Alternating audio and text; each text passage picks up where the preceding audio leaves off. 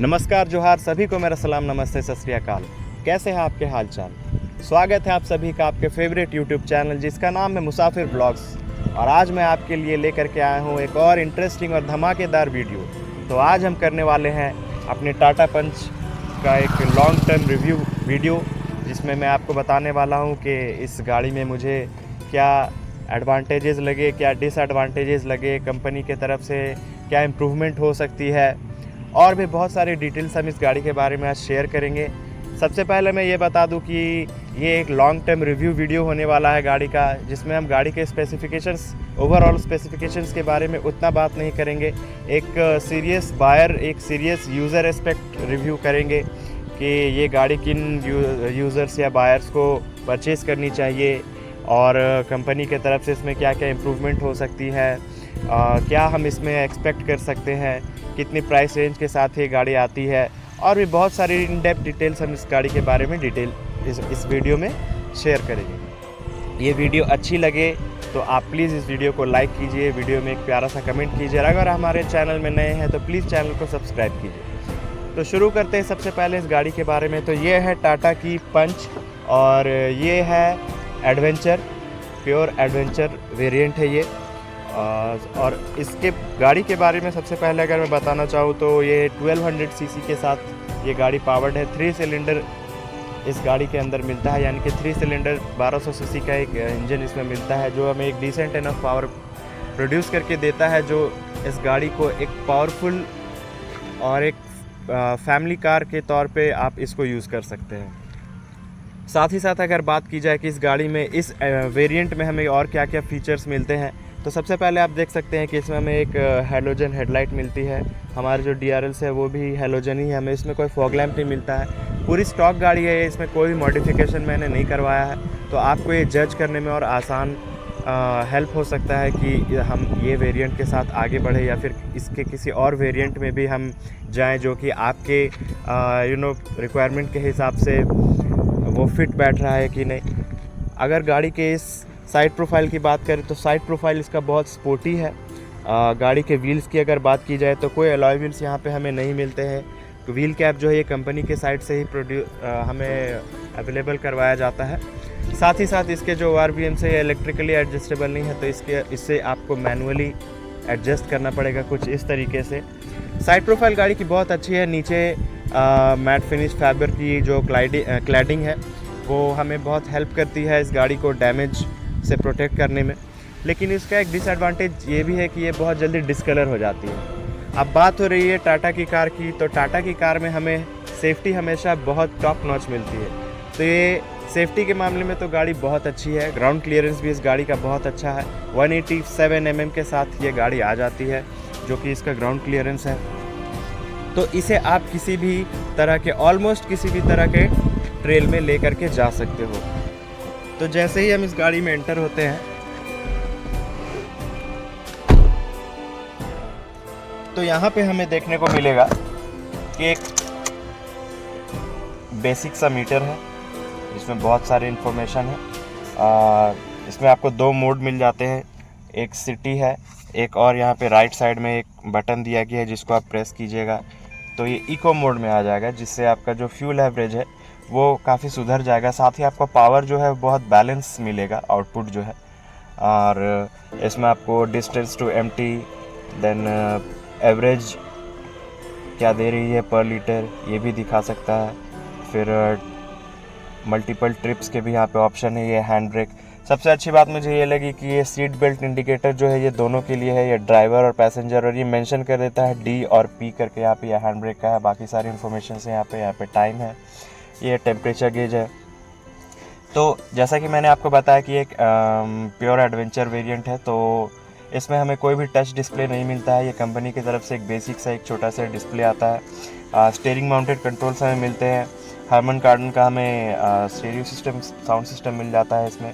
But ये तो हो गई गाड़ी के बारे में बहुत सारी अच्छी बातें। अब चूँकि मैं इस गाड़ी को 1 साल से भी ज़्यादा समय से यूज़ कर रहा हूँ, अराउंड 16,600 किलोमीटर्स मैंने इस गाड़ी को ड्राइव किया है, तो मुझे कुछ डिसएडवांटेजेस भी लगे जो मैंने एक्सपेक्ट नहीं किया था टाटा से, क्योंकि ये टाटा की बेस्ट सेलिंग कार प्रूव हो रही है, कई मंथ से ये top 3 selling cars of India में उस लिस्ट में आ रही है। तो उस हिसाब से कुछ चीज़ें टाटा को ऐड करनी चाहिए थी और टाटा को सुधारनी भी चाहिए। सबसे पहले हम बात करें तो वो हो जाती है टाटा की सर्विस। तो यार टाटा की सर्विस बहुत ही ज़्यादा मतलब अनोइंग है, बहुत ज़्यादा फ्रस्ट्रेटिंग है। आपको प्रॉपर वहाँ पे कोई सुनने वाला नहीं है, आपका काम जल्दी होता नहीं है, बहुत ज़्यादा टाइम टेकिंग है। और ये सब चीज़ें एक ओवरऑल एक्सपीरियंस जो है, एक ओवरऑल जो कंपनी के तरफ एक यूज़र का जो रिव्यू रहता है वो बिगड़ जाता है। तो ये सब चीज़ों पे टाटा को ध्यान देना चाहिए। आफ्टर सेल सर्विसेज और सर्विस सेंटर्स की तरफ टाटा को स्पेशल ध्यान देना चाहिए कि वो वहाँ पे बहुत ज़्यादा इम्प्रूवमेंट करे।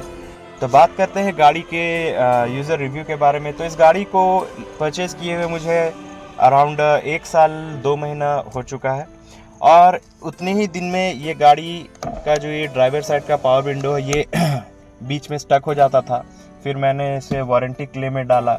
देन सर्विस सेंटर वाले बहुत नखरा कर रहे थे कि आपका ये वारंटी में नहीं आता है। देन बहुत वहाँ पे आर्गूमेंट हुए। उसके बाद जा कर के उन्होंने पता नहीं कुछ तो मोटर चेंज किया या वायरिंग सुधारा, उसके बाद से ये ठीक है। हालांकि ये जो आप मार्क्स देख रहे हैं, ये मार्क्स अभी भी अंदर से इसमें कुछ तो एक डिस्टर्बेंस है जो यहाँ पे इसको सही से फिट नहीं होने दे रहा। अगर मैं इसको ये नीचे करता हूँ और फिर से इसको अगर मैं ऐसे ऊपर करता हूँ तो आप देखिए कि ये इस तरीके से ऊपर आता है, ये स्ट्रेट ऊपर नहीं आता है। सेम उस विंडो के साथ भी यही प्रॉब्लम है। ये पहले तो स्लो होता है ऊपर, उसके बाद ये आगे से उठता है, उसके बाद ये अपनी स्पीड से ऊपर जाता है। अगर मैं इसे पावर डाउन करूँ तो फिर ये ठीक है, लेकिन अगर ये अप करूँ तो पहले ये स्लोली होता है उसके बाद। और मुझे जहाँ तक उम्मीद है कि सेम प्रॉब्लम इस विंडो के साथ भी मुझे फेस करनी पड़ेगी कुछ समय के बाद। तो ये सब चीज़ें टाटा से मैंने एक्सपेक्ट नहीं की थी। बिल्ड क्वालिटी सब कहते हैं, तो यार केवल लोहा लेके क्या करोगे, फिट एंड फिनिश भी होनी चाहिए। नो डाउट ये गाड़ी सेफेस्ट है, बजट फ्रेंडली है।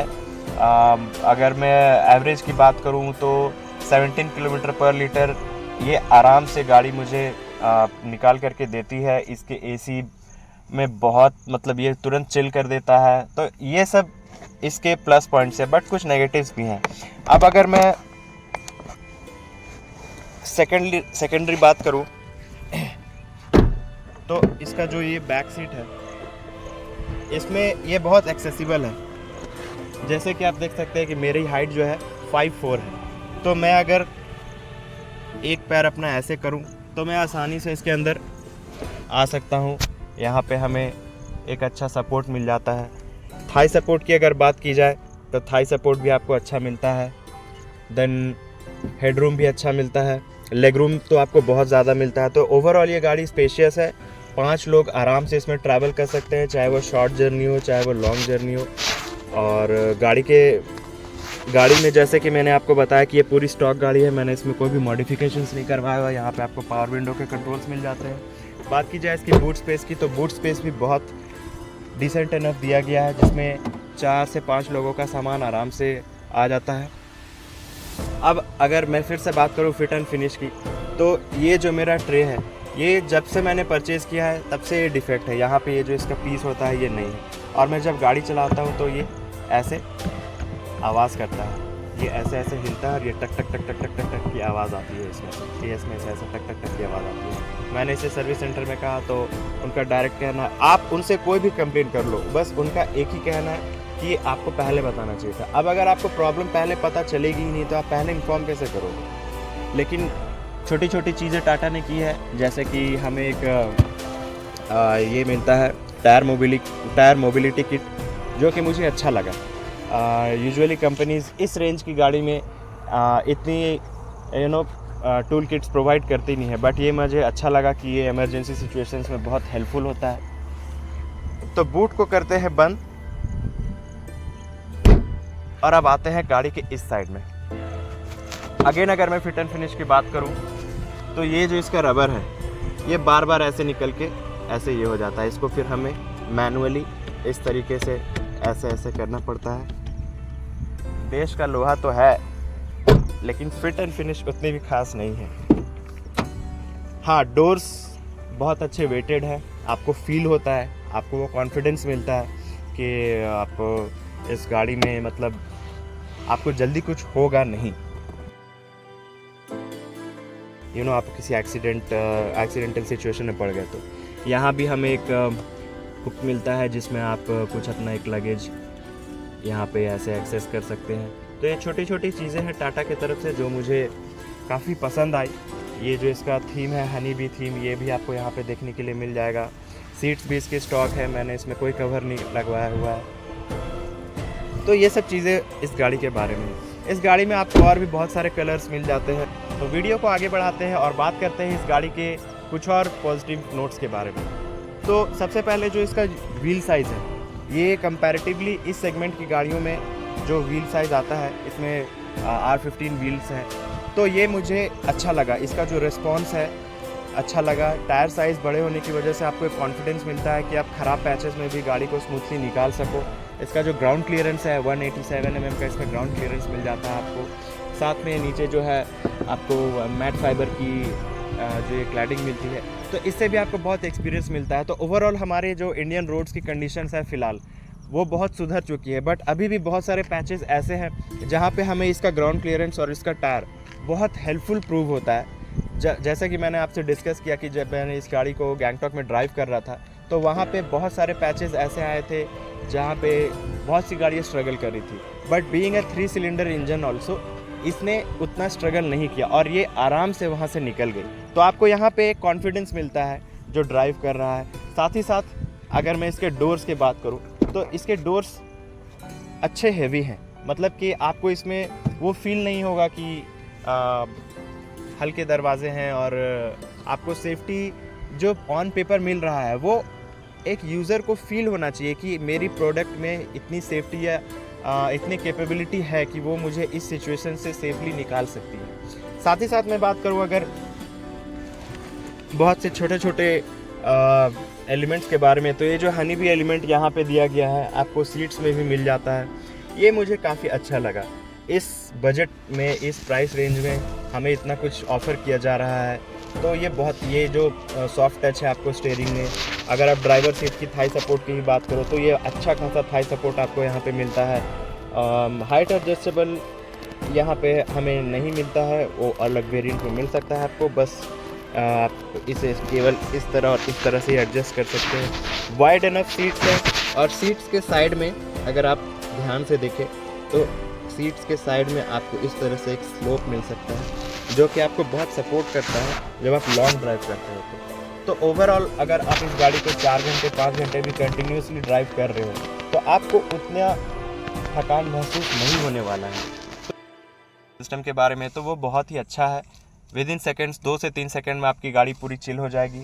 साथ ही साथ अगर हम डैशबोर्ड की बात करें तो सारा हमें हार्ड मटेरियल का यहाँ पे मिलता है, but overall fit and finish यहाँ पे हमें डिसेंट इनफ देखने को मिल सकती है। एंड साथ ही साथ इसके दरवाजे में मुझे एक और अच्छी चीज़ लगी कि ये पूरा 90 डिग्री तक ओपन हो सकता है, तो एक आपको एक्सेस करने के लिए बहुत ज़्यादा स्पेस मिल जाता है। आप किसी भी हाइट, किसी भी वेट रेशियो के इंसान हैं और अगर आपको इस गाड़ी में एंटर होना है या इस गाड़ी से बाहर निकलना है तो आपको स्ट्रगल नहीं करना पड़ेगा। ये सब चीज़ें टाटा के साथ मुझे बहुत अच्छी लगी। और वैसे भी मेरी फैमिली की दूसरी टाटा की कार है। पहली कार जो हमारी थी टाटा की वो थी टाटा की टियागो और ये है टाटा की पंच। तो एक ट्रस्ट है इस कंपनी के साथ इस देश के लोगों का, जो कि होना भी चाहिए क्योंकि ये हमारी कंट्री की कंपनी है और ये इतना इम्प्रूवमेंट कर रही है, इतनी मेहनत कर रही है अपने प्रोडक्ट्स में, तो हमें उसे सपोर्ट करना चाहिए। बात की जाए अगर आप